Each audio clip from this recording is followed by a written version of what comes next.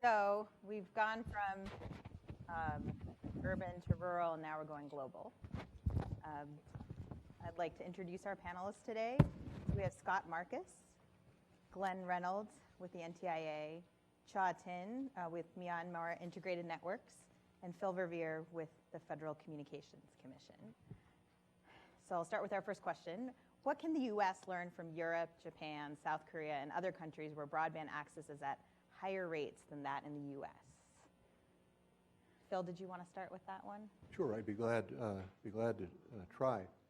I think the general answer is we can always learn from exchange of experiences, by transfers of experiences, and we do learn that. It is important, though, I think, always to appreciate something that was emphasized on earlier panels, which is that circumstances matter a good deal, and so the geography, demography, and so forth of the United States is rather different from that of any other country. This is important as we try to discern lessons from elsewhere, and likewise as others try to discern lessons from us, so that one can be inspired by the experience of South Korea, for example, where very high rates of speed, forgive me, Dale, are available, widely available. But you also obviously have to stop and consider both the ability of the government in South Korea to assist with that kind of an outcome, and also the fact that in general the population in the major urban areas is vastly more dense than it is in most of the United States. Scott, do you want to add to that? Sure. Well, first off, when we talk about European experience, I think it's important to remember that European countries have widely different levels of penetration.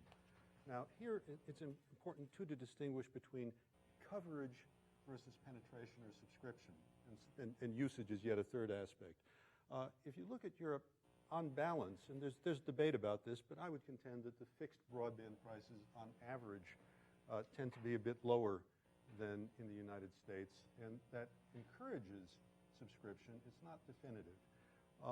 One nice way to look at this is a paper that Philippe Aguillon did with others in 2005, where he talks about competition versus investment. This is a theme that's been coming up in a lot of the discussions during the day.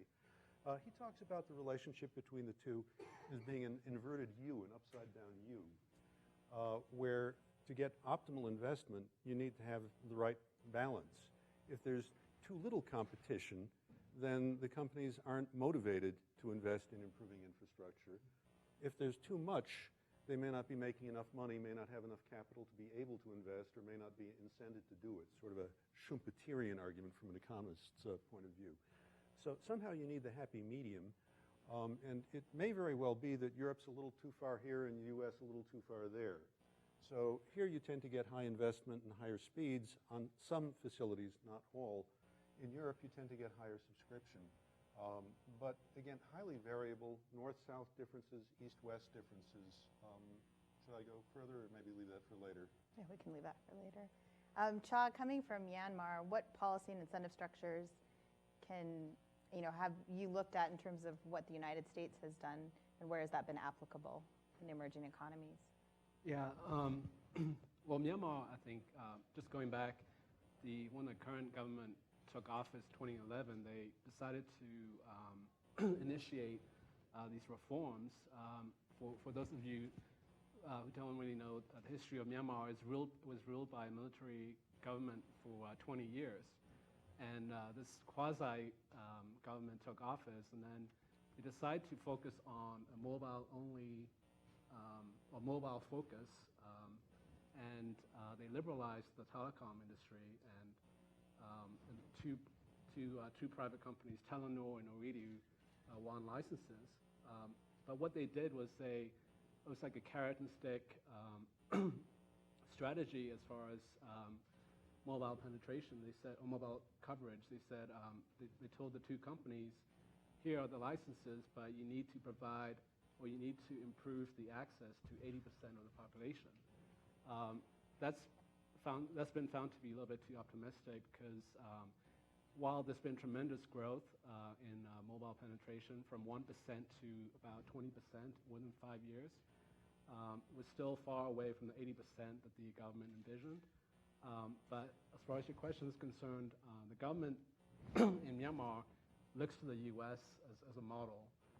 And in fact, we have many experts advising the government, and many of them are U.S.-based experts.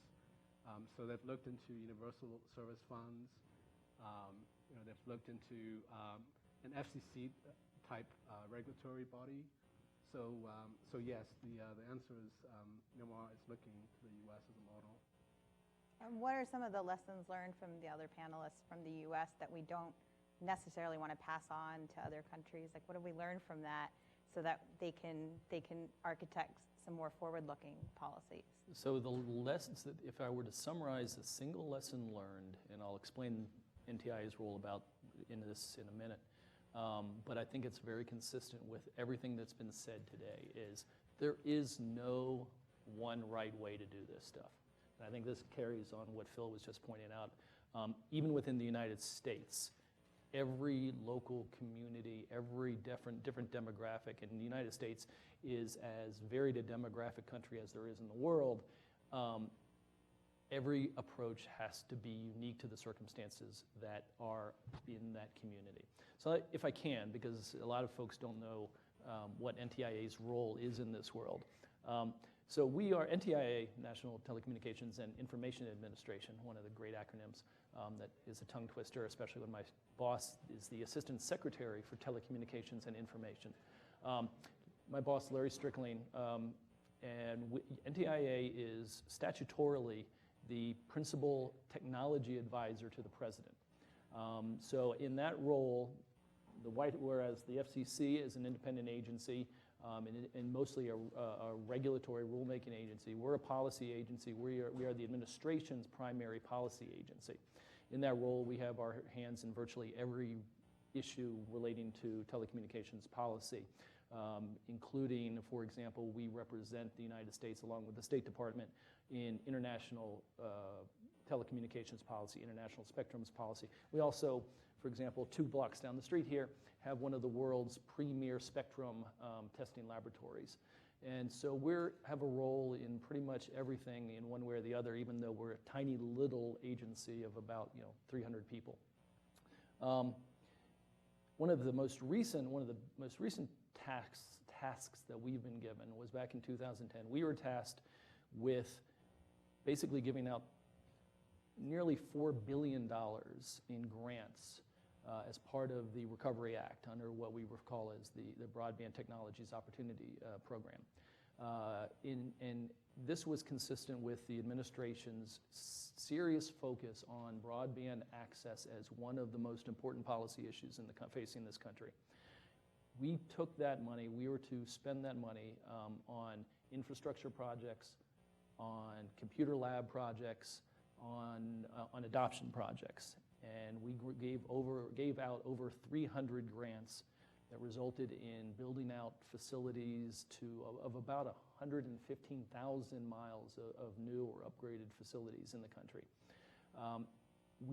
We were involved in the management of all of these 300 programs, or at least as an oversight of the companies that were the grantees. And as a result, we've had the opportunity to sort of see what works, what doesn't work, and then taking that back to the idea that ultimately every community needs to evaluate what resources it has, what strengths it has, what exists today. Some of those strengths, some of those resources may be the education of the community. Some of those may be control over rights of way. For example, if you talk to some of the, if you looked at the Google Fiber projects, one of the most important criteria that Google has looked at with respect to deciding where to go is, can I get access to poles and rights of way? Because that's a huge infrastructure issue. But at the end of the day, a lot of these areas, for example, one of the projects, I know we were talking to the gentleman from Boulder County Schools, one of our major projects, we gave $100 million to an entity called EagleNet, which helped wire many of the I believe all the school districts in Colorado, including knock on wood, finished within the last week or so, significant fiber facility, and I should mention that CenturyLink was involved in participating in this effort, a major fiber facility up to Silverton, which is about as hard to reach of a location as you can possibly imagine, up in the mountains of southwestern Colorado. It's a town of, I believe, about 300 people. They now have a future-proof fiber backbone, fiber connection that will serve them well for as long as we can possibly imagine. So those are the types of lessons. And so that was a long way of getting back to the point of, I think what we can export to some of these countries that are evaluating these questions are, you need to answer the tough questions. You need to do a strong soul searching of what your strengths are, what you need before you start that process, because every project's going to ultimately be different. Great. Phil, given your past experience with the State Department, sorry, my allergies are holding my throat hostage. So, and in the first panel, we talked about adding more people to the network, not only benefits the new people to the network, but the entire network. What are some of the benefits to the U.S. of increased broadband access and adoption across the globe? Well, there are many benefits. The most obvious one, I suppose, comes under the broad umbrella of network effects. We are better off as more and more people connect to the internet. We as internet users, as a country with very, very substantial internet adoption. There are quite significant geopolitical benefits as well. That is to say, we benefit if there is order, if there's prosperity, if there is economic activity. These are things that are very, very valuable to us given the realities of our country. And the internet and the extension of internet, the extension of connections, we think is a good thing. Now, there are enormous benefits that flow both directions, from cultural exchange, from exchange, commercial exchange, and so forth. Ultimately, while one wouldn't expect that this leads to some sort of a universal agreement about how we should conduct our lives, on the other hand, ultimately one should hope that this will create a much better understanding between and among people. And in the world we live in, that's a really enormous benefit. And Kyaw, how do you see it helping Myanmar and other emerging economies connect into the global economy? Well, actually, in terms of benefits to the U.S., I can see benefits to U.S. businesses. It's been just looking at the users in Myanmar. Facebook is a huge hit, and just to tell you an amusing story, I don't know where I read this from, but they did a survey where they asked some users, do you use the internet on your smartphone? And they said, no, I don't. And then the second question was, do you use Facebook? And they said, oh yeah, of course I use Facebook. So they couldn't tell the difference between Facebook and the internet. So I can see U.S. businesses profiting from that, but also, like Phil's mentioned, U.S. foreign policy. I think the internet, greater access to broadband, promotes open government and democracy, and I think that in turn helps U.S. foreign policy. Scott, did you want to comment on that? Well, yes, I was going to say that actually U.S. businesses, especially content and application providers, benefit enormously from increased use of internet in the various areas I work, especially in Europe. And in fact, to the point where the Europeans are getting darned uncomfortable that too much of the money is flowing in this direction. There's a risk of a growth in protectionist sentiment in Europe as a result. But to give you an example, consider audiovisual content, movies. Now, Europe produces about 2.5 times as many feature films per year as the United States, last I checked. But in European cinemas, 2/3 of cinema admissions are for U.S. films, only about 1/4 for European. If we look at what's happening with video distribution over the internet, Europe has been very slow to move in this direction. It looks like Netflix is going to take in all the chips. And again, in many other areas of electronic commerce, it looks like American firms are positioned to do extremely well as a result of ubiquitous internet access. Yeah, my boss's boss, the Secretary of Commerce, would have been quite upset with me if I hadn't have made that point that, obviously the U.S. economy is more and more being driven by, by internet, the internet economy. And it has been for a long time. The U.S. has been the leader in the internet economy worldwide. And other nations are doing everything that they can to try to catch up to us. And it's important to our economy. It's important to our long-term goals of developing economic strength and as well as strength in the world to maintain that role. And that's part of exporting open access types of policies to make sure that information, the data that continues to flow freely around the world. And that has multiple implications, both on the business side and on sort of core U.S. democratic goals. Given the economic and commerce and democratic goals, and then on the other side, given the challenges that we've heard in the first two panels about what's going on in the U.S., what role should the United States play in helping emerging economies expand broadband access? Go ahead, Well, Phil. I think one can think about this in very broad ways. There are fundamentals with respect to development that transcend issues of communications. They're I think, universal realities. If you want development, you have to have the rule of law. You have to do something about corruption, which is endemic in many parts of the world. As you try to reduce this to issues of communications, you've got to have licensing regimes that are sensible. You've got to have legal and regulatory arrangements that are favorable for investment, things of that nature. And these are things that we try to promote, have tried to promote for decades and decades around the world. And so there's virtually no possibility that at least the elites in every country haven't heard this and perhaps haven't heard it ad nauseum from us. Some of the elites in some countries show a remarkable resistance to that set of principles, but nevertheless, that I think is the starting point. Beyond that, there are an enormous number of things that one can do and should do and that we are trying to do. An awful lot of U.S.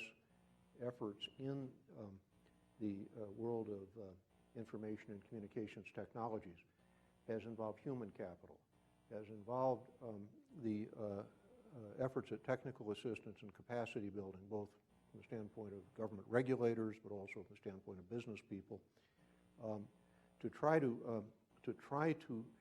again, expose our experiences to them, give them an opportunity to decide if they want to adopt them in whole or in part, but to make them available. We have a good many programs that do that. There are other kinds of programs that are, in a sense, more oriented toward bricks and mortars, if you want to think of it that way. We have opportunities through OPIC to insure or guarantee investments that might be subject to political risks, which is unfortunately a genuine problem in many parts of the world.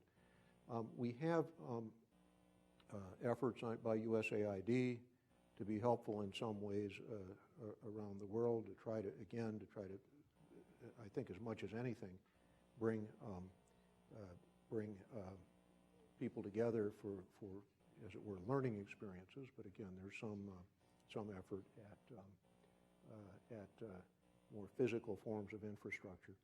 There is a big initiative that is going to be announced within the next 2 weeks in New York in the context of the General Assembly to try to promote something that the U.S. government calls Global Connect, which is an effort to try to coordinate as much development activity as possible to add another 1.5 billion people to the networks, to the internet, over the next 5 years to reach that by 2020. That's a very ambitious goal. It's one that is shared by other countries, so there'll be other countries who will participate in stating these things as an aspiration. The U.S. contribution will for the most part, probably involve trying to coordinate things, the kinds of things we do normally through USAID, through OPIC, through the Millennial Challenge Corporation, USTDA, the U.S. Trade and Development Agency. But the World Bank also is going to be involved in it, and the kickoff for this is going to be conducted by President Ilves of Estonia, and also by the chief economist of the World Bank, and subject to availability, our Secretary of State. So it's a serious effort to try to promote the idea that telecommunications investment, that infrastructure investment in telecommunications, ought to enjoy a place and a priority of development that heretofore roads and electricity and water, things of that nature, have enjoyed. It'll be a start. It's not going to be a huge step in that direction, but it's a start in the direction of trying, again, to somewhat shift the priorities and raise the priorities of telecom investment, telecom infrastructure. First, I just have to note that, because Phil won't say this, for those of you who are unaware, Ambassador Verveer knows as much about the international implications of our telecommunications policies as anybody you could possibly hope to meet, as his former role at the State Department. This is all very important.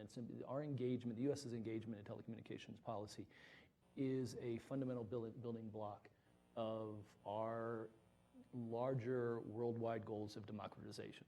You can't have democratization without communication and openness. And those types of activities that Phil's talking about are very much a part of the State Department's goals in many regions of the world, and our ability to take the lessons learned. We have many, as Phil says, we have many programs. USTTI, as I say, NTIA is very much engaged internationally with regard to spectrum policy and telecom policy generally. On a worldwide basis, trying to educate governments around the world on what works, what doesn't work. And so these programs are not highly touted, but they're very critical to our goals in sort of spreading the idea that democratization is a fundamental human right. Scott, do you see the European governments and the European Union also taking a lead in this? Oh, absolutely. Well, what I was in fact going to say, first I'd like to commend these quite lovely comments you just heard. I think they're spot on. Generally, there's just enormous room, if we're focused on these digital divide issues in particular, there's extraordinary opportunity for exchange of best practice. And Europe, of course, does a lot of that and in many different ways. I do a fair bit personally. I'm active in the European University Institute, the Foreign School of Regulation. I'm a big fan of this kind of exchange. I think important to bear in mind, too, though, is that exchange of best practice can flow in both directions. The U.S. does very well, performs very well in some dimensions, less well in others, and I'd make the same about Europe and also about strong differences even within Europe as to the level of performance on different dimensions. I think we can all learn from each other. I think the earlier comments were also spot on, that the conditions are very, very different from one country to the next and from one region within a country to the next. And that therefore seeing what's worked and what hasn't in other regions is really critical. This was perhaps a little less critical in the days of the classic phone network than it is today. And Kyaw, what have you seen in terms of these types of collaborations and maybe international funding to complement what the government has committed? How has that worked in helping to expand the network? Yeah, you have the traditional funders like the World Bank and the Asian Development Bank as far as Myanmar is concerned, but really people are beginning to talk about the Asian Infrastructure Investment Bank, which is the Chinese-backed infrastructure bank, and that's going to be a huge deal in that region because China is going to be backing a lot of the big infrastructure projects, and they may not come with the strings. The so-called strings that the World Bank attaches to some of their loans. So I think that's something to look out for. And as far as what Myanmar and other countries can learn from the U.S., I just want to mention that there's one social issue, which is the norms of using an open internet, Myanmar has seen a rise in hate speech, for example, spread through the internet, spread through this increased access. And I think that's something that we can learn from the U.S. as far as how do you use the internet responsibly, and what are ways to kind of fight this hate speech. So I think that's those are some of the areas that we can learn from the U.S. From the carrier perspective, the U.S. carrier perspective, what role do you see they play, around the world as they think about expanding international footprint and access? Is that me? Yeah, sure. Oh, okay. Well, U.S. carriers actually have been noticeably absent from Myanmar. I don't think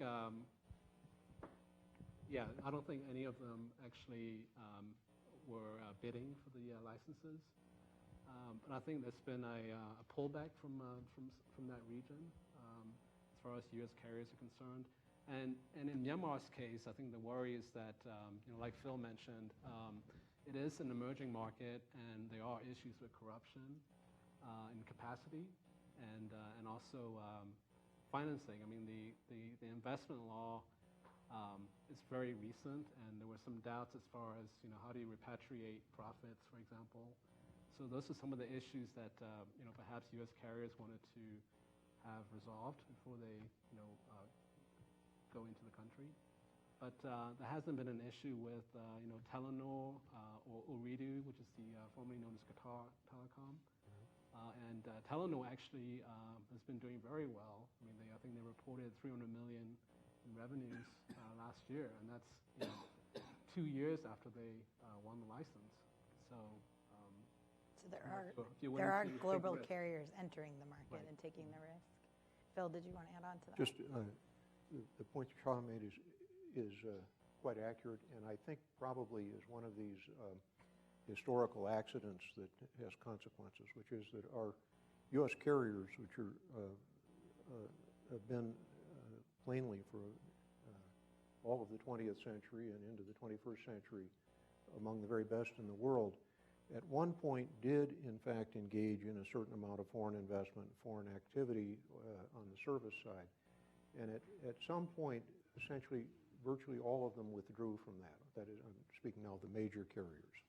So they don't have very much presence around the world except in certain limited ways, in particular in connection with enterprise services. But they're not present to the average consumer in very many places around the world. Now, there's one exception to that is recent, which is that AT&T has just made a major investment in Mexico, and in acquiring DirecTV, it's also acquired important assets throughout Latin America, and what it does with those may be important. I think this turns out to be one of those things that is unfortunate. It would have been useful to have U.S. service providers operating around the world extensively over the last 20 years. That said, as Kyaw said, there are some very, very good global companies headquartered elsewhere who do excellent work, are very much engaged in global telecommunications. Two other points about this. While our transmission companies aren't much in evidence, our tech companies, social media companies, and so forth are extraordinarily significantly in evidence, to somewhat mixed reviews in a lot of countries, but they're omnipresent unless the governments take steps to try to prevent them from being present, and that's in some respects enormously important, both for what they bring to the countries. They bring a great deal to these countries, but it's also sort of a mixed blessing. And the reference to hate speech is a good example. We, in the United States, because of the First Amendment, occupy a place that is way off to one side of the distribution when it comes to our tolerance for articulations that may be offensive. There are a few other countries that are rather like us that have sort of made a similar commitment. In most places in the world, responsible officials regard this as the first cousin to complete insanity. And to take an easy and obvious example, there's some places in the world where sectarian insults directed at a religious confession of one sort or another, cause people to go out in the streets and begin to kill one another. And so you can understand why their governments have reservations about the complete free flow of information. Our social media companies find themselves sort of caught in the middle of this, to put it mildly. They have been trying, and they continue to try to figure out what to do about it. But they represent, in these countries, in terms of development, in terms of a reason to adopt the internet, a reason to sign up if it's available to you, very, very important considerations. So there's a lot of U.S. presence, but not in the transmission area. But in terms of inducing demand, of trying to create or increase demand, the social media companies have, in fact, made quite a contribution around the world. As we think through, we had talked about it in, I think, the first panel, some of the components of broadband access and adoption from the physical perspective. How important is a technology-neutral policy regime for increased broadband adoption globally? Scott? Boy, I would say it's really crucial. Important to remember, though, is that broadband adoption, when we look at the global scheme, looks a lot different than it does in this country. In most developing countries, you've got bandwidth that comes into play along the coast through undersea cables. There may be competitive constraints on access to those cables, but that's really where it lands. And then typically you've got relatively high penetration of fixed networks in the major cities along the coasts. You may have problems getting the bandwidth into the interior, but the real access in a lot of these countries is primarily mobile. And the issue there, it raises multiple issues, in fact. One, of course, the bandwidth has to be there. Relative to getting really high bandwidth, mobile will always tend to be behind fixed. Something else, though, that often gets missed, but that's well understood by many of the people that I work with, is that even for the mobile device, even for your tablet or your smartphone, an awful lot of the traffic is not really sent over the mobile network. I did a study for the European Commission a couple of years ago based on some statistics that most people weren't looking at. It looked like maybe 2/3, 3/4 of the data in Europe today, or then actually 2 years ago, was actually going by Wi-Fi, therefore over the fixed network. And moreover, the use that you make of the network is different when you've got the Wi-Fi connection versus mobile. You're doing far more in the way of software downloads and video when you have a Wi-Fi connection than if you have mobile only. So the question as these countries migrate, as they actually deploy broadband, and especially as they move to higher speed, is what are they going to do if they can't get the full-blown deployment into the interior? I've worked places like Peru, for example. In Lima, getting bandwidth into the main city on the coast is easy. Trying to get it through the Andes and into the jungles on the other side is darn hard. So many of the countries face real challenges, and trying to push the technology in a particular direction that the market doesn't support could be the wrong answer. One other thing I would add, and this comes back to the accidents that we heard about from Professor Limerick, I guess it was in the last panel, but I'd refer to them more as path dependencies. It's that where we can go in the future depends a lot on where we came from in the past. On the choices, for instance, between fiber to the home or premises solutions versus VDSL solutions, an awful lot of the feasibility depends on the length of the copper subloop. And that can vary greatly from one region within a country to another, and also between countries. The reason that we see almost no VDSL in France is that the loops are too long. Other countries like Italy and Germany have short subloop lengths that are highly conducive to high bandwidth over VDSL. So somehow trying to push the technology a particular way because we think it's cool could be the wrong thing. You need, and this focuses very much back to Glenn's comments earlier, the circumstances will vary greatly from one place to another based on historical path dependencies, based on demography, based on topography. And as I was sitting through like the earlier panels, I wanted to chime in on a couple of things because ultimately all of the issues we've talked about on all three panels are completely interconnected. I was thinking, for example, when we were talking about the tribal areas, we've done a lot of work in the tribal areas, and the tribal areas in the United States are some of the most unserved connectivity deserts in the country, and they compare, in some ways disfavorably to some of the more difficult places in the world.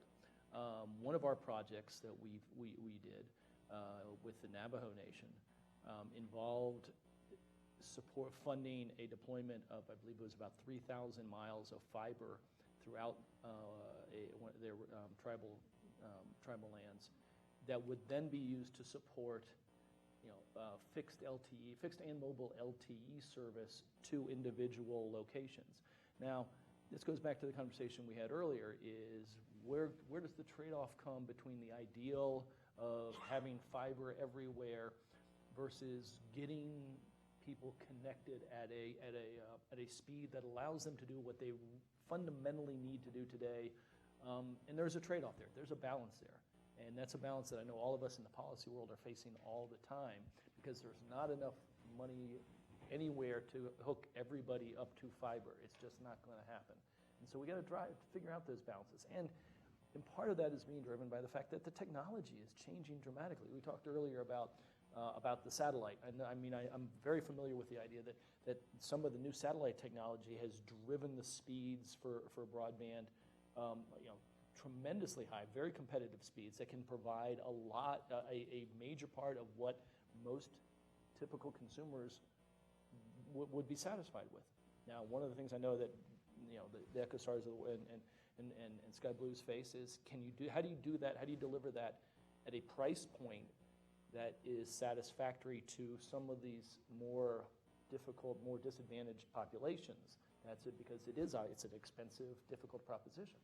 And the same thing applies to trying to drive fiber to very, very rural areas. It's just too costly. It'd be great if you could do it, but if you were to do it, and I know John appreciates this, if you were to do it, you wouldn't be able to sell it at a price point that the people there could afford.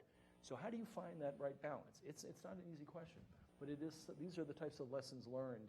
And I think John mentioned this, and some of the other panelists also mentioned about getting to know the folks on the ground, because all of this, if you're not working with either communities in our context, the local group, the tribal leaders in the tribal context, and the local folks on the ground internationally, in an international context, you're not going to end up with an appropriately designed network. And it's going to fail. Chad, did you? Yeah, I was going to add that I think in one of the earlier panels there was I think Phil may have mentioned the definition of broadband in the U.S., but in Myanmar's case, we're talking about 2G and 3G speeds, and that's what they defined by broadband. And the other issue is that, as Glenn mentioned, the tribal areas in the U.S. is somewhat analogous to the areas in Myanmar, the kind of on the periphery areas, especially where there've been a lot of conflicts between the different ethnic minorities. And when building infrastructure there, it's hugely important to engage with the local communities.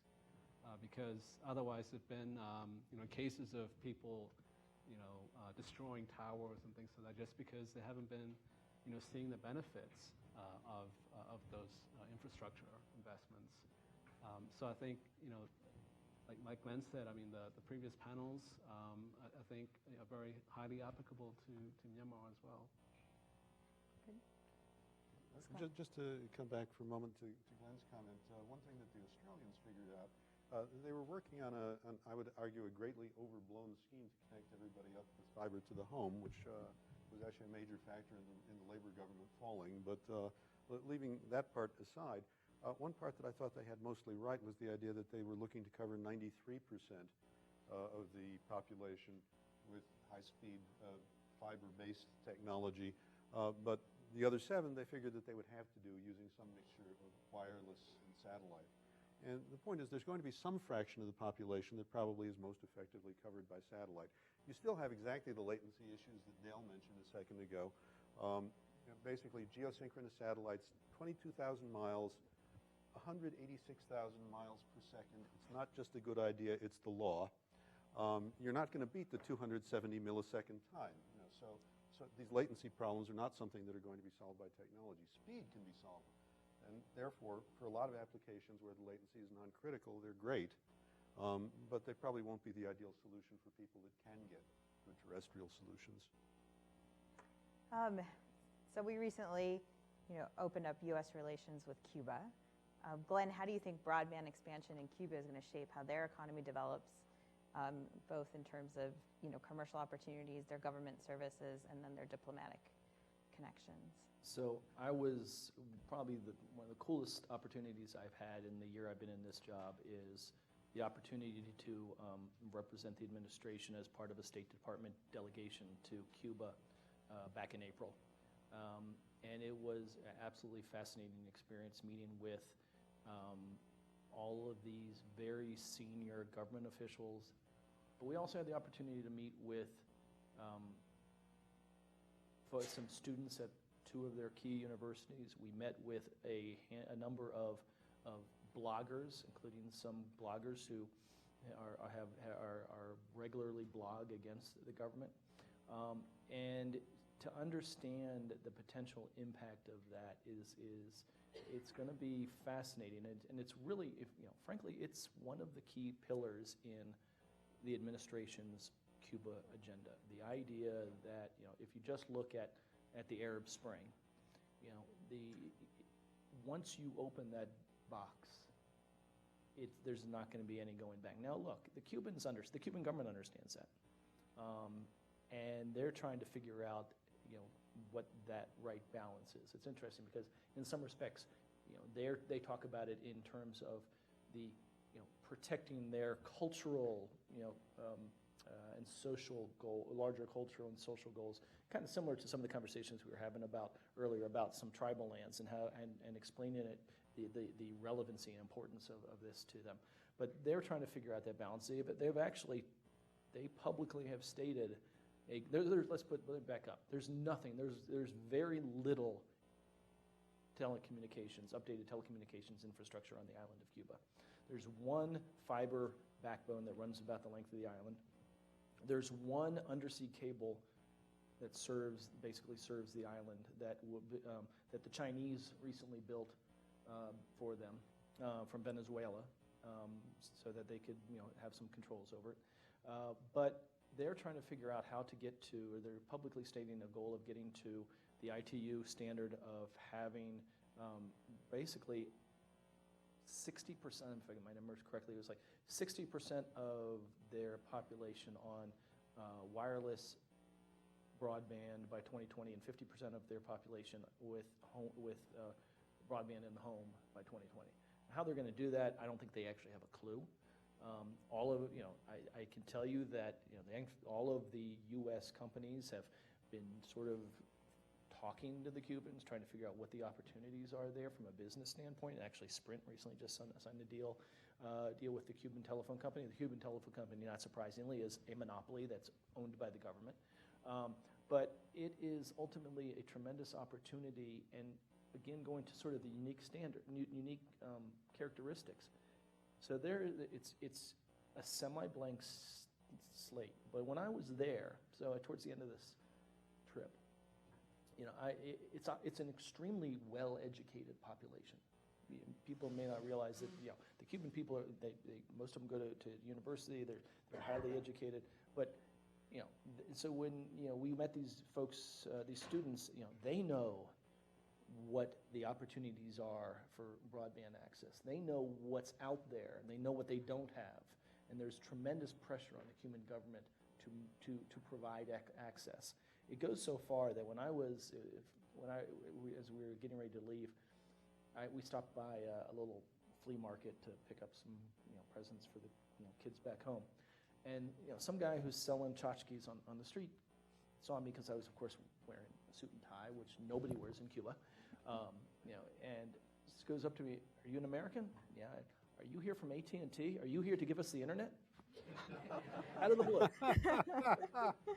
And, I kind of explained, well, I'm not from AT&T. We're American government. We're very interested in helping you get that. And, the bloggers will tell you, and one of the interesting things the bloggers will say is,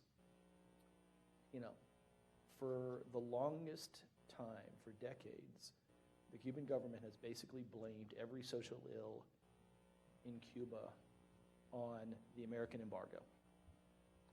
And the people there are grateful for the idea that the Cuban government is going to have to start to acknowledge that many of these social ills are a result of the system that they've been operating under for the last 50 years. And that it's going to change the dynamic. It's going to take time. It's everything that with respect to Cuba is going to take time, and people need to be patient with that. But it is going to be, I think, a tremendous success with respect to bringing Cuba into the world economy, into the world democratization efforts. And so I think it's going to be an exciting time. Scott? I would say that there's also a certain analogy here to Eastern Europe. I think communications plays a huge role in the democratization process, that together with rising standards of living really contribute greatly to democracy in a lot of countries. One of the big differences in Europe, of course, is that everything kind of east of the eastern part of Germany up until 1989 was behind the Iron Curtain that fell. There was a joke going around about 1990 that half of the population of Hungary was waiting to be connected to the telephone system and the other half was waiting for dial tone. So once again, however, we have these kind of path dependencies, and at this point, Eastern Europe is pretty well wired up. There's still visible differences in places like Poland, Bulgaria, and Romania distinctly lagging. But other places, especially, for example, in the Baltics, Latvia, Estonia, Lithuania, since they didn't have a well-developed copper network during the Soviet years, they're leapfrogging, in many cases building out fiber faster than other places and developing pretty modern infrastructure. And the impact, of course, of good communications on the people is enormous in terms of providing us with integration. And this has geopolitical implications as well. It's one of the main things, I think, that hedges against an increasingly invigorated Russia. Phil or Kyaw, do you want to add anything to that? Yeah, I was going to say, it depends. It's going to be interesting to see if the Cuban government is going to place any restrictions on internet usage, as far as will they block any sites at all? Because what I've seen in Myanmar is that once you open up the internet, it's like that toothpaste. It's difficult to put it back into the tube, and it's the population gets used to these freedoms, and it'll be interesting to see if the Cuban government will say no. We've got to place some controls on what the population can see.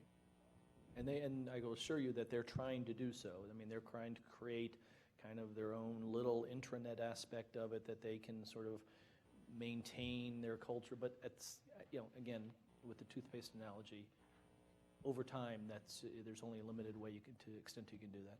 Like the Great Wall of China, Great Firewall. Great.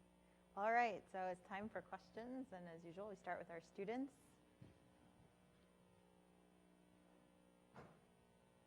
Any students? Are they all in class? I mean, I know Phil's rule that you have to get called on if nobody raises their hand. Callie, are you going to go ahead? So used to it. I have a question about the notion of the U.S. being a player in democratization.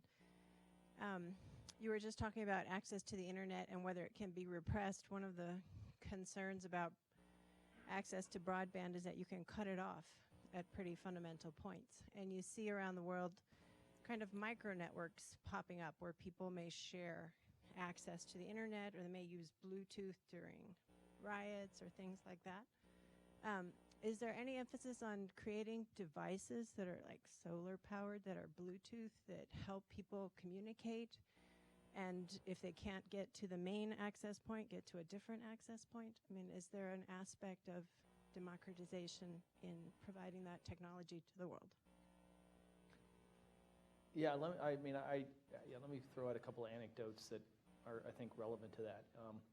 In the Cuba situation, Cuba is fascinating because it really is, there's this tremendous pent-up demand. And what the Cubans have done over the last couple of years is created a couple of what they call, it's about 30, actually maybe up to 90 now, internet cafes that you can go to and you can theoretically get on an internet. First of all, it's outrageously expensive by, for purposes of Cuban salaries. I mean, it's like $4 an hour, and like the typical monthly wages in Cuba are about $20 a month. But what's been happening recently is you see stories about how because there will be these little Wi-Fi areas around there, that around these internet cafes will be hundreds of young people, particularly, kind of sitting outside on the streets with their smartphones that were sent to them by their relatives in Miami, or for example, and trying to pick up a signal, just desperately all night long, trying to pick up enough of a signal just to get on the internet. Similarly, you mentioned solar power.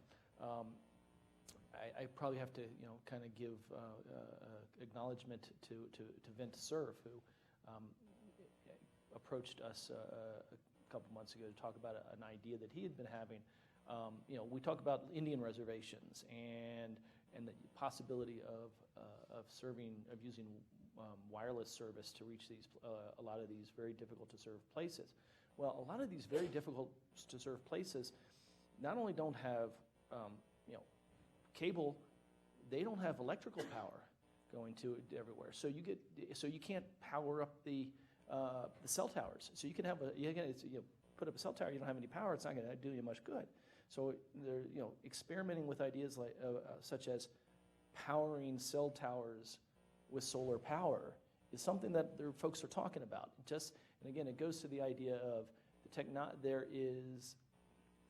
the technology will respond to the demand, and there's a lot of pent-up demand, especially in underserved areas, because folks, especially young people around the world, are a whole lot more savvy about what's going on than I think we sometimes realize.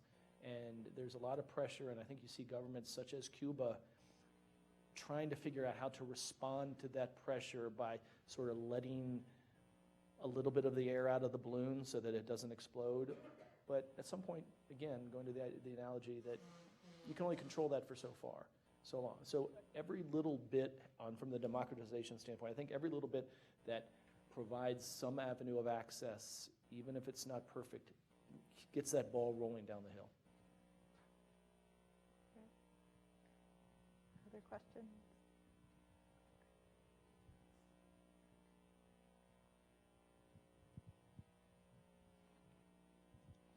Can you speak to the track record of some of the open access networks in some of the countries where multiple providers can hook onto the same wireline network?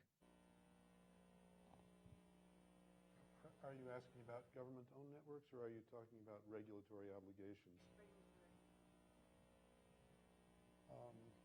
Well, probably some of the best examples are the European countries then. I would say that, generally speaking, the rules there have proven to be quite effective. You've got a proliferation of multiple companies. We had a question earlier today about how many people have access to more than one network operator. In almost all of Europe, most people have access to a fairly large number of network operators, even though physically there's only one copper line running to each house. And even though, by the way, large parts or significant parts of Europe don't have competition from cable. And that cable is houses passed, depending on whose numbers you look at, maybe 55% for Europe as a whole. There are countries like Italy that have absolutely no cable. And there, the fact that you've got open access kind of regulation is the only way that you would have any competition at all. So I would say that by and large, the rules have worked reasonably well at doing what they were supposed to do in the first place, which was to liberalize a system that had been controlled by monopoly, in many cases originally government-owned monopolies with copper networks. The area where there's been considerable concern in Europe in recent years has been that maybe the regime that was good for introducing competition is less suitable for getting the kind of investment in fiber-based infrastructures that we need for the next step in the evolution of the networks. And that's going to be an area, I think, of some intense soul-searching over the next few years, and already is. I would note that as part of the BTOP projects, one of the, as I say, we dedicated about $3 billion of the BTOP funds to infrastructure build-out, mostly focused on backbone fiber facilities. And one of the conditions on those grants was that all of those fiber facilities be offered on an open access basis in order to allow, to get competition, but even just to get, other alternatives to get to some of these harder to reach places. Okay, other questions in the back?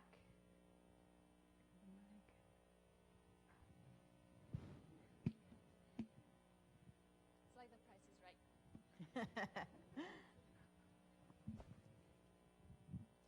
There was some talk earlier about the difference between civil rights and human rights, and I'm curious about what your guys' thoughts are on an international level and having internet access, whether you think that's a civil right or a human right, or if you even know.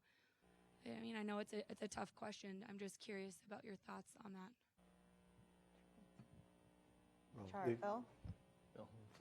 I think the formal answer is the last time that there was a serious effort to codify human rights and civil and political rights was long before anybody had any notions about the internet. So as a formal matter, in one sense, it stands outside of the international arrangements. On the other hand, there is, I think, and here's where this is subject to check, because I'm not sure if it's in the Universal Declaration of Human Rights or if it's in the Covenant on Civil and Political Rights, but there is an asserted right in one or the other of those documents for the ability to communicate, including to communicate across borders freely, which is a fairly important notion. Now, one doesn't want to get hyper-technical about this. One of those documents, in fact, is not an international treaty. It's a statement of principle of aspiration. The other, in fact, is supposedly, the covenant is supposedly legally binding. And there are a whole series of other things one can say about these documents. These were documents that were agreed basically at times when the Western, what we would describe as the Western world, was so ascendant that the argument is that the things that you find in these documents basically reflects a Judeo-Christian view of the world to the exclusion of other kinds of insights. So, to try to conclude an overlong answer, it's an interesting question, and it's one that is certainly subject to a good deal of discussion and debate about how to feel about it, and where to place it in the scheme of things.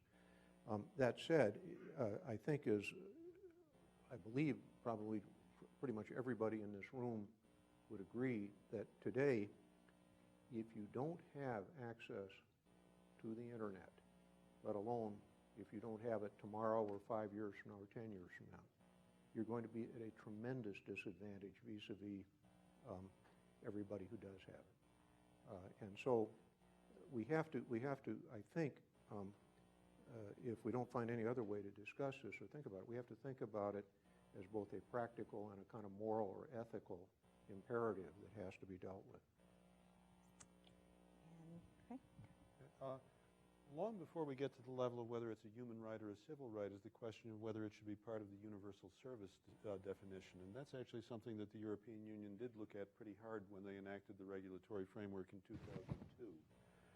They came up with a set of criteria because they were already concerned that internet access perhaps should be a universal service, but they weren't sure they were quite far enough along yet. And so the set of what else is in the universal service? Universal service initially was there, as here, focused primarily on voice telephone service. It also had a few other things in it that seem a little antiquated, like telephone books and phone booths. So, that's obviously passé today, but it's still formally in the definition. Here we've got Connect America Fund, which was a recognition that universal service needed to move on. And in Europe, it's still largely left up to the member states, but the criteria or a set of criteria were set forth in 2002 as part of the Universal Service Directive. And they're the kind of things that were looked at. Sound a lot like what Ambassador Verveer said a second ago. It had to do with what fraction of the population had access and to what extent should people be viewed as being socially excluded or disadvantaged by virtue of not having access to them. Right, and I guess I would follow on that as by answering the question of saying that, and this is something we talk about when we talk about policy, internet policy generally, but it sometimes gets lost in the conversation. Having the internet is not about having a pipe.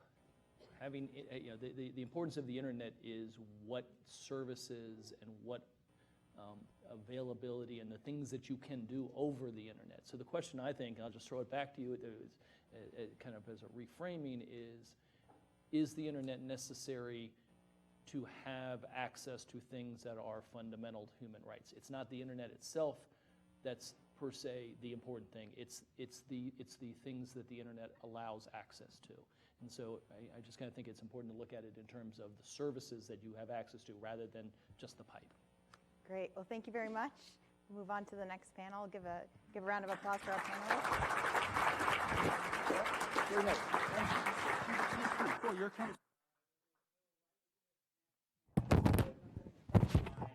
Panelists can join me.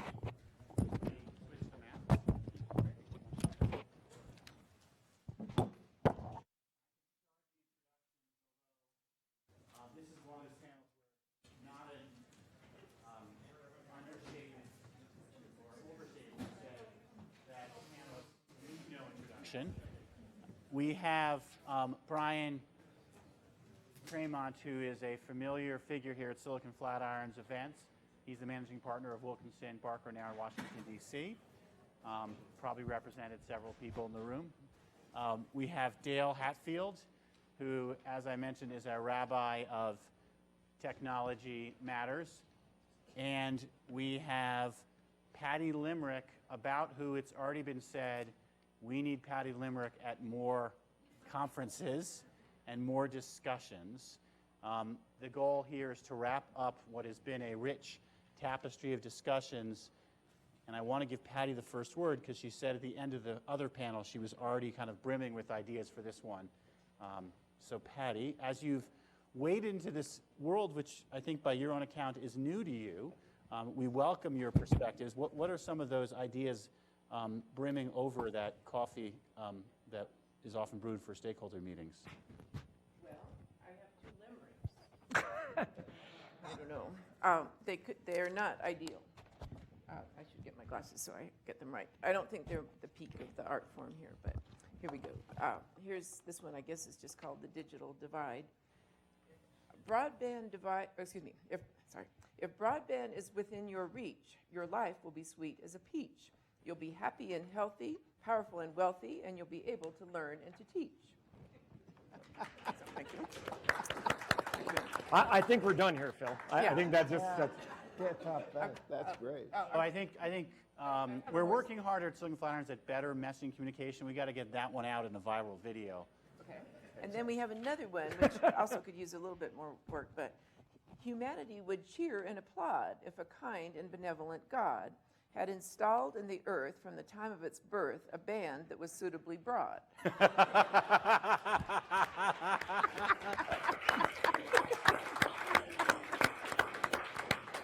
Well, so Pat, just to quickly detour, which are your favorite NPR shows? Is Wait, Don't Tell Me on the list, or Prairie Home Companion? Which ones? Those are too obvious. The Wait, Don't Tell Me limericks are just too obvious. I mean, it's just silly to ask people to guess the last word because it's so obvious. And I think it should be a little bit more surprising because I am the first to bring a deity into the discussion of broadband, and no one. Well, it's actually, this is obvious because in this world we live in, a lot of people are quite religious about broadband. I know that. I'm quite aware of that. There definitely are religious perspectives on broadband. We can get back to that. Right. Okay, so the thing that I had said that I would like to, I'm sort of holding there, is that as a historian. I just find every once in a while bewilderment is my beginning point and my ending point. So for me, because I do take the past very seriously and sometimes feel I almost live there, I am very aware of the eras in American history when internal improvements and public works were considered crucial and maybe even inarguable. I guess there were arguments, but it's still just the notion that public good required public investment. And of course, I want to say, based on what Andrew was saying before, that it was a time of public-private partnerships, that it was private companies, and there were problems with that, but a lot of the investment in federal money in developing public works or canals or whatever, those things were understood to be something we did to prosper together. And there was corruption, and there were all kinds of troubles with that. But watching that peter out over time, watching it surge in the New Deal, continue with highways in the 1950s and so on, and now to see it in such a battered, anemic state, that notion that what we do when we assess a problem, we make some, or our elected representatives in Congress, or someone makes a decision about how we will take that on, and we will direct tax money, for instance, in that direction. Well, the anti-tax and anti-government attitudes of our time might be the most flummoxing thing in the world for somebody for whom the 1830s are very real and the 1870s. I mean, it's very hard for me to do that. I do think that some of this is about how we express this and how we make it seem engaging and important and worth our attention. So the literature, the poetry, the novels of infrastructure are sparse and may not even exist. So our capacity for language as human beings is enormous and astounding, and it actually energizes and galvanizes people to action. My experience as somebody, as an historian who the last 10 years or so has been mostly interested in infrastructure and bureaucracy, is that I am fled at cocktail parties. So when people say, oh, what interesting topic in the American West are you working on now? And I say, oh, I'm really interested in infrastructure and bureaucracy. People have a kind of, oh, I see a dear old So friend come to over our there. cocktail parties. That's all we talk about, infrastructure and I bureaucracy. can't wait for the reception. I'm so excited about the reception. So, but I think there's a too easy sense of defeat that those topics have just turned dreary, and people who are already into it, they can speak of it with animation, but when we go out of that world, we are in tough times. So it seems there's so much at stake in infrastructure, and there's so much about social justice and equity, as many people have said during the day, that it does ask us to look at how we speak and how we communicate. And the main thing it asks us, because this seems like the recognition of neuroscientists and literary scholars, stories are really important. Stories are how you bring something to people's attention and engage their empathy and mobilize them. And so that's my fear, is that we have lost that narrative energy and liveliness of language. And some people, in a really concrete consequence of that, some people are getting shut out. Some people are really not receiving opportunities and chances for engagement. Maybe the hardest version of that, the 5 and 6 year olds who are not getting that opportunity because we have forgotten how to say to people who are indifferent, who may be callous and hard-hearted, but may just have never thought about the issue. This is our common concern, and this is why you shouldn't instantly shut down at the word tax, or maybe we just need a more colorful and poetic term than tax. I don't know what that is. We call them assessments in this world. That really works. That totally works. So I don't know. I just am a little bit in despair over the shriveling and withering of that willingness to invest in internal improvements and public works, some of which were calamitous, and that might be part of the problem. Maybe there's a reckoning with that should happen. But it just seems like this whole topic, I've really been having an intense immersion in that. Where did that go?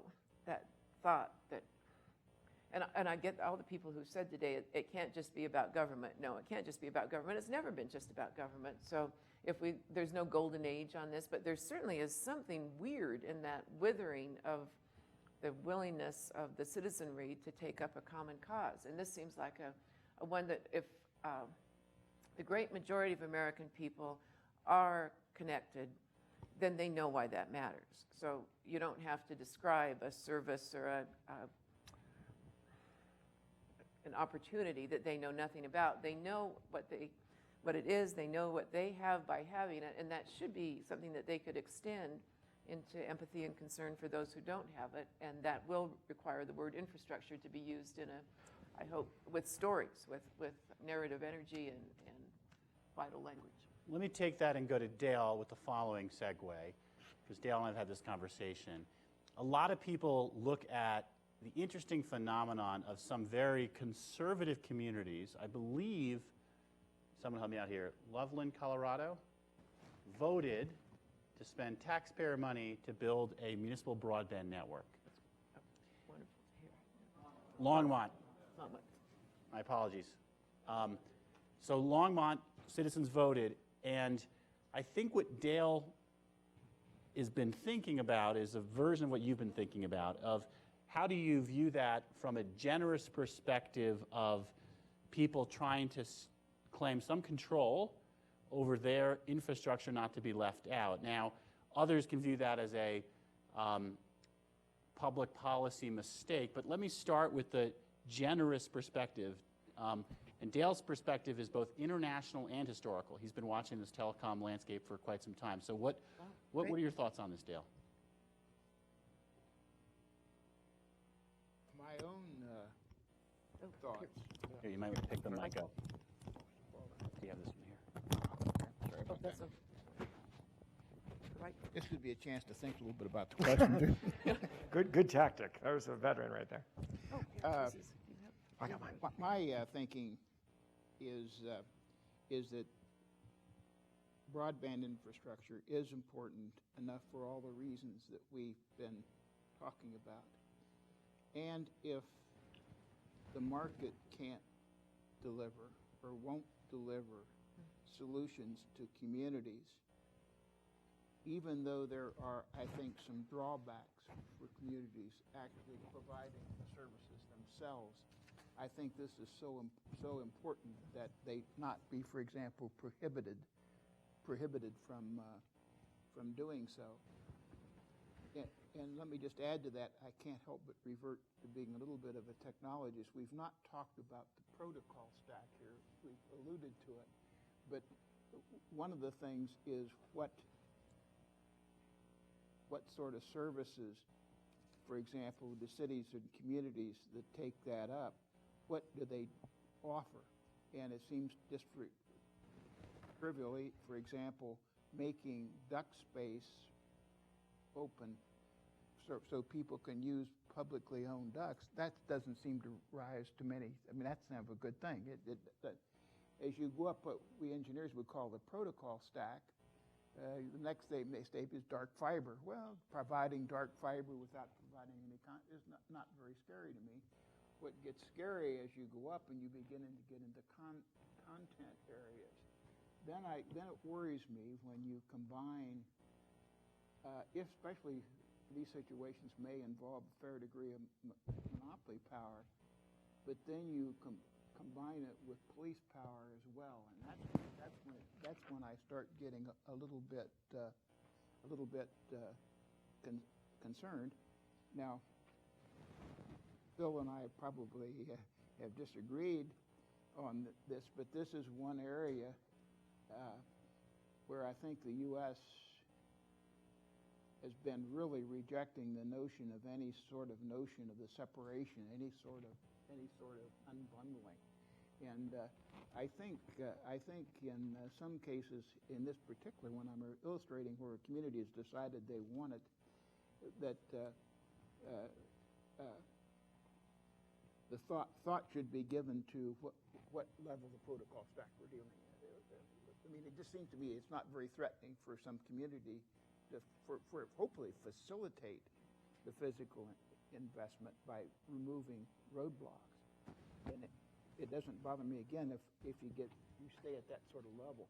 But getting up in the content layer, I don't think the conversation here in the U.S. is you can't use those words. I'm bundling most here without getting into. Well, there's two different concepts. One is, would you have some sort of mandated sharing of a private or public network? And the second is, would you have a mandated separation between those who provide, call it carriage or connectivity, and those who provide content? And those are related, different ideas on broadband. Ones we'll probably talk more about at other conferences, but are worth acknowledging here. Bryan, I'll give you the broad swath of territory to consider covering. As you look at American broadband policy, what type of grade do you give it? And how do you reflect on Patty and Dale's points about the, let's call it discourse around this topic, and maybe whether community broadband has some role to play or not?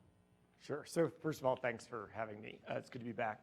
I also wanted to note that today's conference was largely inspired, I think, by Commissioner Clyburn's talk here, I guess, a number of months ago, where she really called attention to a lot of these issues. So I want to tip my hat to her for inspiring us to gather here today to do this. I know she's disappointed that she couldn't make it.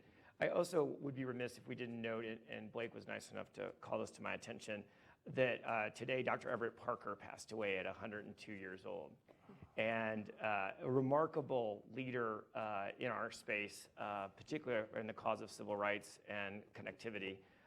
He really was, he was the founder of the Office of Communications and the United Church of Christ. He also led the way in challenging, on public interest grounds, the renewable broadcast license in Mississippi that ultimately ended up prevailing in the Supreme Court. He also is the father of the EEO rules that are now implemented by the FCC on broadcasters and other entities, cable as well. So it's really been he was a remarkable leader in our space, and he did pass today. And I think it's really noteworthy it happened. I think he would be very proud of this gathering and very much in his spirit as we start. So with that nod to Dr. Parker, I would there's many things. I do not have a limerick, unfortunately. I failed on my limerick test, but I did want to react to a couple things that folks said, and then I'll turn to Phil's question. One is we actually do, first of all, I do bemoan the fact that as a culture, that taxes have become a bad word, that coming together for a common purpose has somehow taken on a negative tone, because I think that is a shame for everyone involved. But we do tax for broadband deployment. Today, we tax to the tune of, except it's not called a tax, to continue Phil's point. It is called a, what do we call it? Universal service charge, a contribution. About $8 billion a year. I think it's Mr. Wilkins here, he could give me the exact number. Across all 4 universal service funds, which we've talked about today, the Lifeline and Link Up program for low income, the Schools and Libraries Fund, the High Cost Fund, and then finally the Rural Telehealth Program. So we do make a substantial national investment in broadband as a result of government decisions that does have fairly popular support. And in fact, efforts to touch it or reform it have been very difficult. And in fact, this commission deserves tremendous credit for the changes they have brought to that program, because those changes have been very difficult to implement. And they have made the program far, far more effective in my view, and look forward to the changes they're going to make in Lifeline. Similarly, states have universal service funds. It's about $1.5 billion additional dollars every year. So the notion that we're not investing, I think, is actually not quite correct. I think we do quite a bit of important work in this space. And I think there's reasons to do it at a national level. It allows for a comparative risk or needs assessment. And I think there's a lot of lessons that have been learned at the national level that can be deployed on the local one. Turning now to the muni broadband question, and I don't know which part to go for first. I completely agree with Dale that removing barriers to investment is super important. And I think someone else invoked the Kansas City experience with Google, and it's been extremely important to show what the Google dust can do to local and state government when they come into a market, because it is a very sexy brand. And people are very eager. We saw cities line up around the country to be a Google city. And it really put to the test what cities were willing to do to get high-speed broadband internet. And once they did it, it raised the question, well, why aren't you doing it for everyone? And I think it really has helped overall the level of investment across the country, and it's a great credit to Google that they did this because it has been in many ways transformative on the removal of the barriers. On maybe broadband itself, I am more of a skeptic. I do not find troubling the idea that the duly elected representatives of the state vote to bar their municipalities from taking on the debt or the risk associated with broadband deployment, that as a state you decide that you would rather have people invest in education at the local level, or you'd rather have invest in roads or whatever else. Not to go overly technical, but state localities are creations of the state. There's a Supreme Court decision called Missouri Cities, which is relatively directly on point, that talks about the fact that because localities are created, local governments are created by the state, and because the state ultimately bears responsibility for what rights they do and don't have, or abilities they do and don't have, that if a state decides a city can't do something, that the city can't, change its mind about that. So I don't think that's particularly troubling. I think I respect a state's decision to allow people to build build out broadband networks, but I also think we should also respect the democratic process when it decides not to. So now to your actual question. I think the United States is actually doing relatively well. There's been hundreds of billions of dollars in investment in the U.S., and we lead the world in along with many of these vectors, about $75 billion in 2013 alone. 90% of households are passed by a home capable of providing, 90% of households are passed by a network capable of delivering 100 megabits per second. Many places we talked about are providing gigabit service. To follow up on Scott's point from his panel, there's roughly twice the level of investment per household in the US as there's in Europe. So as much as the model may have brought competition through the resale, I don't think it's the same kind of competition that we have in the US. I have a friend who used to work for Commissioner Abernathy at the FCC, and her motto used to be, "Friends don't let friends resell." That if you're really trying to deliver value to the American people, that you really want to create investment incentives. And I think as regulators and as policymakers, we have a choice on whether or not we want to foster abundance or manage scarcity. And I think that when you decide to unbundle a network, you're deciding that you're going to manage scarcity, and it's somewhat a self-fulfilling prophecy. So with that, I will yield back the floor. So I want to get back to a point that John Jones raised, which was an interesting one, that companies face this conundrum of how much to invest. And it was interesting that it was the CFO raising the point, not the CTO, because some CTOs have a religious view that you can never have enough bandwidth, everyone needs a gig. And that's obviously, a widely held view. But there are others who would take a more skeptical view and say, well, wait a minute, what's good enough broadband for people? I think Steve Hiller's point was, don't the perfect be the enemy of the good? Sometimes good enough is just that good enough. I'm curious for the panelists to share their thoughts on this topic in terms of whether or not it's really a world where we should be driving for a gig for everyone because that's the right thing to do, or whether or not there has to be some other type of reckoning. You want to start, Patty? I'm not sure if that's in humanity's interest.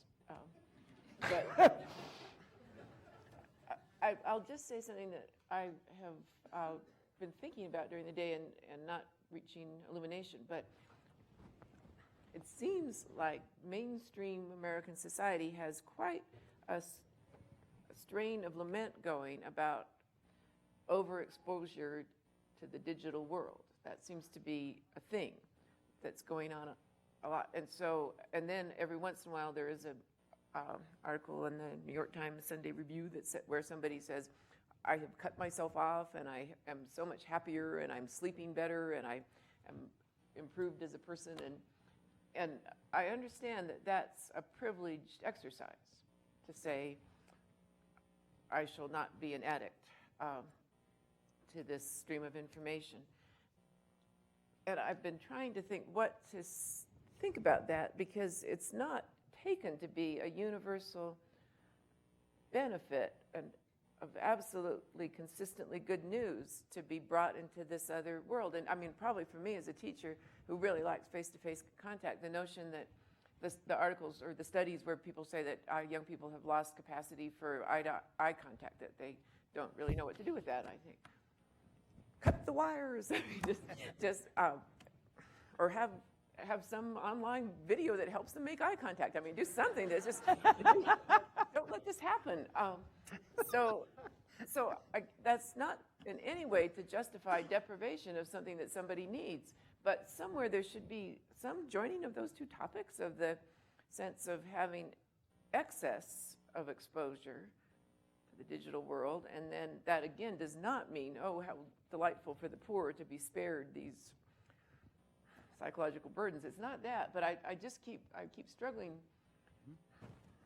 with that question and not reaching what I would call clarity on that, because I'm just on the borders. Everyone's in terror for me because I'm just on the borders of romanticizing poverty, or saying, oh, the simple people of the earth. Well, no, you don't have to make it poverty. You could say people who've been to, I think, is it Mount Princeton, Colorado? They have a resort there that advertises you don't get cell service. That's where I was going to go. Yeah, it's a really very strange 1% phenomenon that now you can tout you're going to a vacation spot that won't let you be connected. It's a very odd thing. Should we laugh at that? Well, maybe you'd like to, Brian. But I mean, is there content and meaning and something interesting about human relationship to technology in that? Or is that just, oh, the poor, poor rich people, they don't know what to do with themselves, and so they have to find, I mean, they had salsa dancing for a while, and now they have this. It's now not they have just, that. it's No, not, I don't it's think- not dispersion, it's No. the teenagers in the back of the car who text one another Yeah. rather than have a conversation. Yeah, I think it's a societal. I think we do not yet know the societal consequences of what we have wrought. Right. And Right. so we're going to start seeing it, and it's going to require a societal response. Mm-hmm. And I don't think we fully understand what that looks like. And I always, what's the Disney, the Pixar? Where's Preston when you need him? There's a Disney movie, and it's the kids are in the little tubes and they never move. Is it WALL-E? Yeah, WALL-E. So have you ever seen WALL-E? I do fear that, because you could eventually end up in a world where there's a screen in front of them, and they're in little pods, and there's some food that's pumped into them. But basically, there's no actual movement, and there's no interaction with anyone else. And you do worry that is a potential consequence of where we're headed, unless people make purposeful decisions to withdraw themselves from it. Purposeful, as opposed to having it denied them, so Well, they never. and just back to your point, Patty, I thought it was notable. The #1 use case of the broadband networks in the Boulder County public schools is Snapchat. Right? Which is people not communicating in person, just to be clear. Yeah. Communicating in the illusion that their communications evaporate. Although more positive than them being completely passive, right? Than just watching a video. I'd rather have it be that than something where they're just reacting to it, right? At least it is arguably at some level interactive. And I guess because I was of the generation that was particularly lamented with I was born in 1951, and oh no, these kiddos, they're all, well, let's not go there, but they're not, well, I started college in 1968, and we were a very lamented generation. There was much mournfulness. Appropriately, so we were part of it, but I It worked. has to be the kids of the greatest generation, right? Well, yeah, but then as it turns out, so I just fear that I am in my own peculiar way, without quite knowing what I'm doing. I'm using the digital thing to do the standard lament, and I want to say this is just an anecdotal piece of evidence, but we have dinners at my house where students affiliated with the Center of the American West are invited to come to my house and meet an important public figure. The Lieutenant Governor is coming tomorrow night, and we had to cap it. Our house, well, there's not enough seats, but there's a floor, so we're at 54. And that's a lot of students who are supposedly ruined by, I mean, maybe if we had a very snappy YouTube something of the Lieutenant Governor, they would watch that, but they want to come and be in his presence and be in our house. So that, I think there's something interesting that we have to start turning kids away at a certain point, because that should not be happening. If my standard lament, oh, what's become of them? Well, what's interesting is a parallel to TV, right? So we all heard, for one generation, it was everybody's going to sit in front of the idiot box, and they will never learn anything, and they will never study, and they're all going to become, and we found a way around that, and you see, and society adapted to it. There were caps on how long you watch TV or whatever. TV tried to change, TV has changed, and so I'm sure that we can adapt to it, but I think it's important to think societally about what the consequences are of what we've wrought. Yes, but how are we going to do that? Because So I don't think we're doing it brilliantly. Well, so I think you're getting to, you often hear about digital literacy, and it's usually how to use the technology more actively. You're offering another concept of digital norms, which is how to restrain yourself from being absorbed in the technology. But we see this in the spirit of Debbie Taylor Tate, Commissioner. I will raise the youth obesity issue, which is that we've seen this as a reaction, right? That there has been this concern about young people not exercising, especially what have you. And we've actually turned a corner. The last set of data shows that the numbers are actually going down again. You see a lot of the First Lady has been very active on this exercise drill. You see NFL has an ad campaign about it. So I suspect it's that we are coming up with tools. And we don't, do we know that Snapchat is an impersonal or detached form of communication? Because I will say, I myself, when I hear from a former student I haven't heard from for years, and I get digital communication, I'm very moved by that. And I don't say, well, this is thin gruel for the soul. He could have appeared and knocked on my door, but all he did was send an email. I don't know that that's a very meaningful thing. I think that was a wonderful thing to be back in touch with a student I hadn't heard from 30 years. I mean, so I guess I don't think I necessarily know that the assumption. Well, why don't we open up to the audience on this theme? We have some younger people here who may actually be Snapchat users who might, be willing to share just what's the value of the technology age that we're in, and if you want to reflect on the limits, we welcome that. And a brave student willing to dig into that topic? Not afraid to call on people either. Okay, yep, right over here. And actually, may I just add while the mic is moving that I see comparisons and analogies where there are none, but it seems like we have in some ways come upon the topic we were speaking of with Indian people and maybe rural people, that we do not want to be paternalistic in our assumption that we know what they want without asking them. And so now I'm thinking there's a weird parallel between the paternalism, or in my case, maternalism, of the poor young people, they're losing their souls, a terrible thing to watch. Yeah. So I just fear that I'm in some ways replicating a lot of so-called friends of the Indian in the 19th century who undertook to give Indians what they knew that they needed. And so I do feel like the conversation is a little bit like what I'm worried about electrification because we could start fires. Yeah. This is a back-end problem by all accounts, right? Right. There's a far more important, everyone should be connected, and there's a lot of really important things that are going to happen. But well, a digital native, if I might exactly. use that word for this. My name is Josh. I'm at 2L here. I see technology and all the advancements increasing the way that we communicate with one another, and we broaden our horizons with who we can communicate with, how we communicate with them, and when we can communicate with them. So I don't see it so much as we're losing touch with ourselves or with our personable kind of human interaction. We're almost expanding upon it. I think, as far as I'm concerned, I don't believe that I've lost eye contact with anyone. Well, you're doing I was going to say, yeah, you're really locked and loaded right now, Josh. One-on-ones. If I ever wanted to say hi to a friend, I had no problem calling them up on a phone, and I have no problem Skyping on a computer. So in my perspective, I see this, the advancements in technology and these communications being a positive. And back to our original discussion, the farther that we can put this into the rural areas, the better. Once we close that gap and we bring communication more to the masses, more than it already is, I think it could only be beneficial. It's a great point. Quickly, just jump in. That is a key point about why rural access is so bemoaned, is they, in a way, need it even more. Right. Because it connects rural areas to things that they wouldn't have those access to. Good.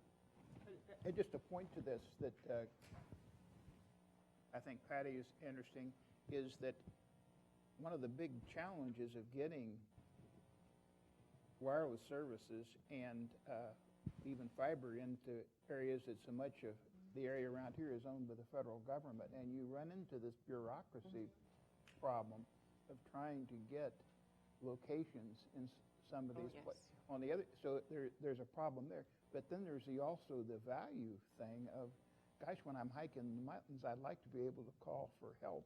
Yeah. But then I'm offended if there's a cell tower.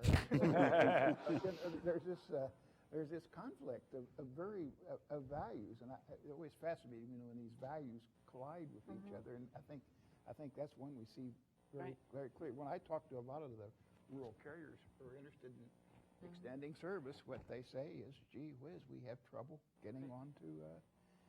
So I will drop a Glenn Reynolds footnote and say that NTIA and the White House have been very committed to trying to solve that problem and made some good progress there. There is still more to be done, but the administration has been focused on that issue for a number of years and made good progress.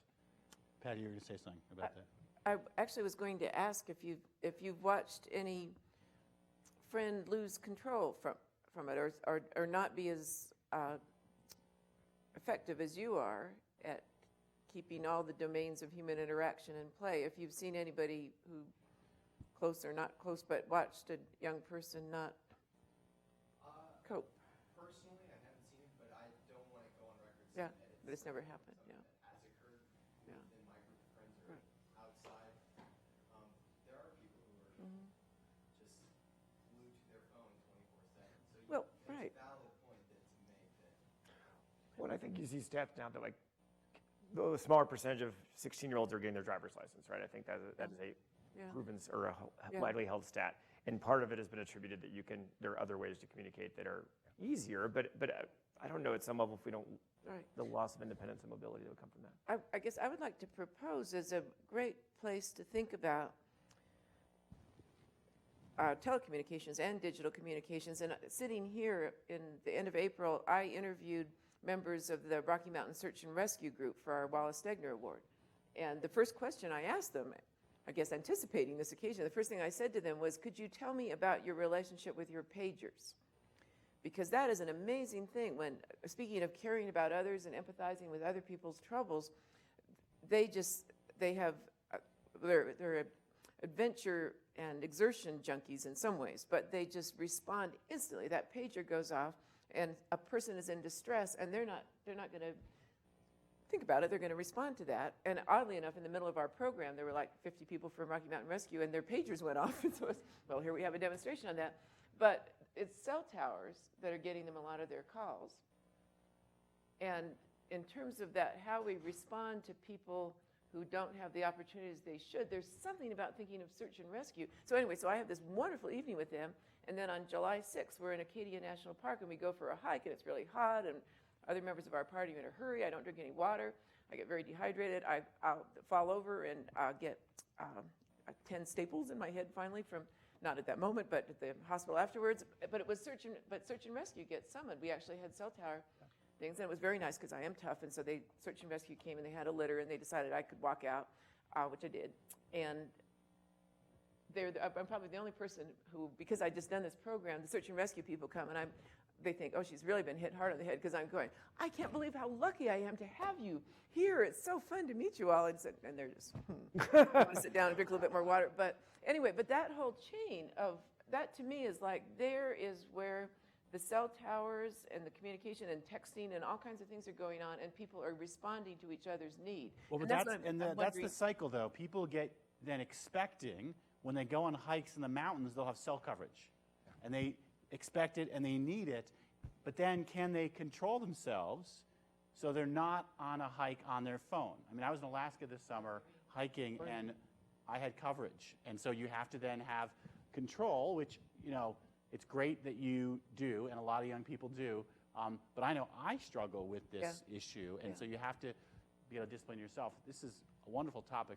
And I'm trying, actually, my hope, which I think I didn't really think through, was to say those are situations where people are in a state of need and deprivation, and communication technology makes something happen. Yes. I'm just wondering, what is the equivalent way of alerting people who don't notice, who are indifferent to the troubles of people who do not have access to broadband? What is the equivalent way? Build that empathy. Yes. Good question. We have time for another one. Carmen, did you have a question you wanted to ask? No, I just wanted to feed a little thought for I know my relationship to texting completely changed when my baby was in the NICU. He caught a virus, and my mother kept trying to call me and my husband, and it was H1N1 time, and they wouldn't let my 7-year-old in.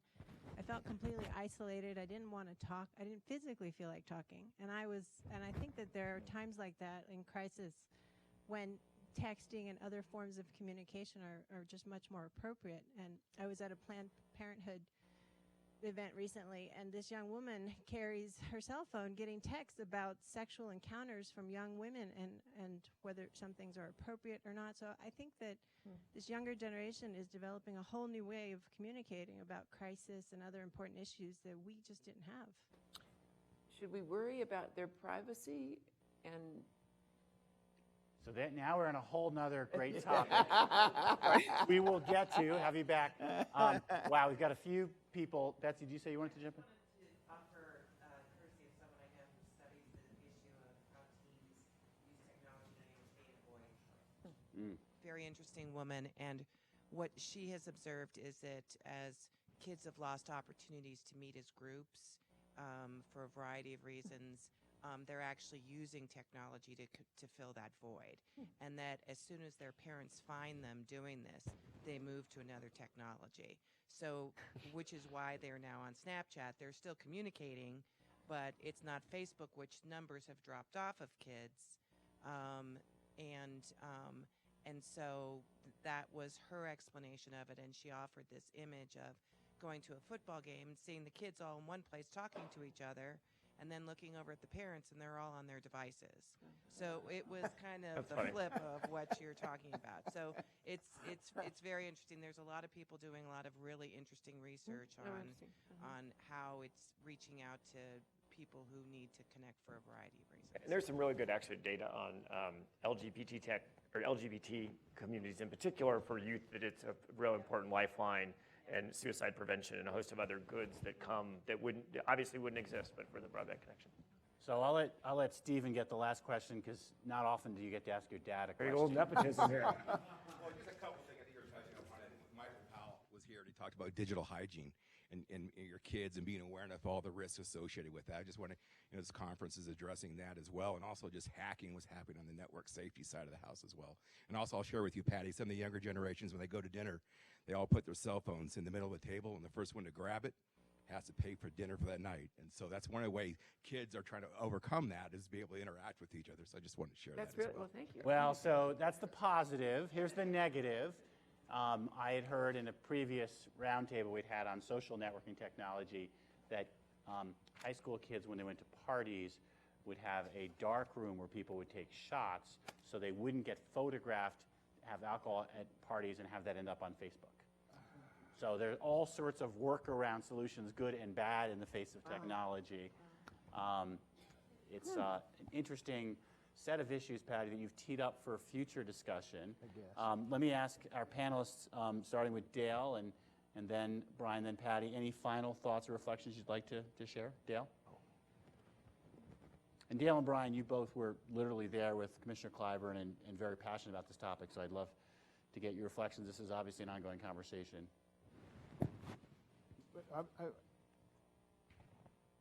My sort of perhaps trivial reaction is I have heard more interesting research ideas, projects here in the lab. I mean, this is such a rich field for, if a student ever says, I don't have anything interesting to work on, I mean, how many topics have we discussed Well, Callie, that's your job, right? So you're on top of it all. I'll add to the list. Good. I think, I don't know. I guess I always feel for the regulators and empathize with the regulators, because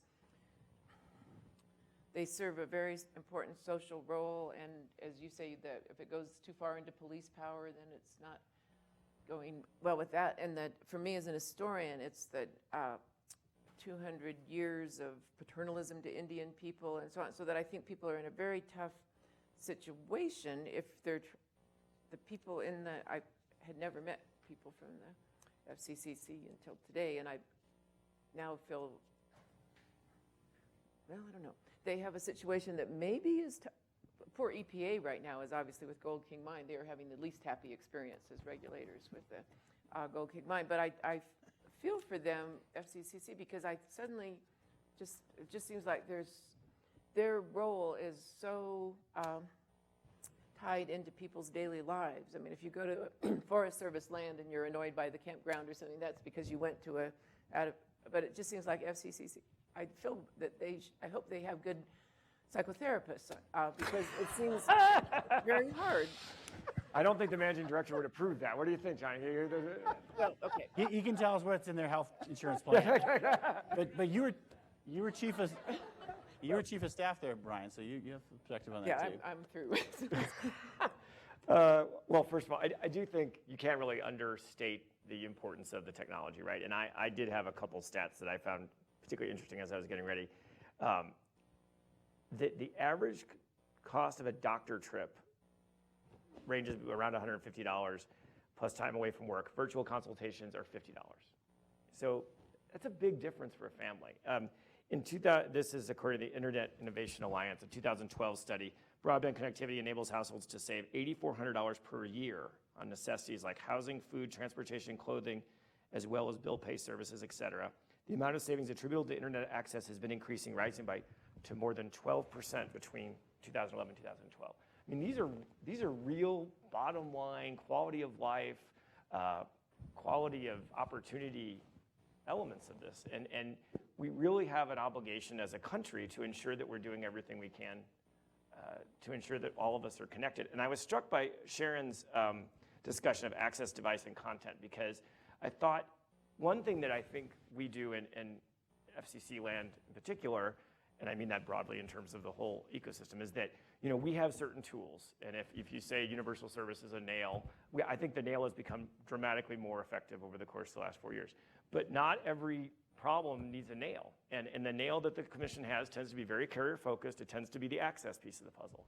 And we do have other parts of this debate and of this problem that we really need to devote the resources to. And I'm worried sometimes that we bang on the nail when we really need some glue, or we need some other thumbtack or a staple gun, or other ways to get the problem solved. And I do worry about that pounding on the nail at some point doesn't get us to where we need to be. We need to make sure we're using all three elements of what has to happen in order for everyone to get connected, because the stakes are just too high to get this wrong. So how many students are here still? Okay. We want to have as many community members talk to as many students as possible, and that will happen next door with beverages and snacks. I want to thank our panelists and all participants for Can I ask one footnote? Yes. I'd like to plug, Dale and I would like for all of the 2L students to take our class this summer. You're a You want to get the plug in? It's a real rare opportunity, absolutely. Spectrum management. Spectrum management class. May Mester. Talk to your friends and we'll see how we did in the reviews. Colin's giving me a thumb up. I appreciate that. Very good. All right. Thanks, everybody.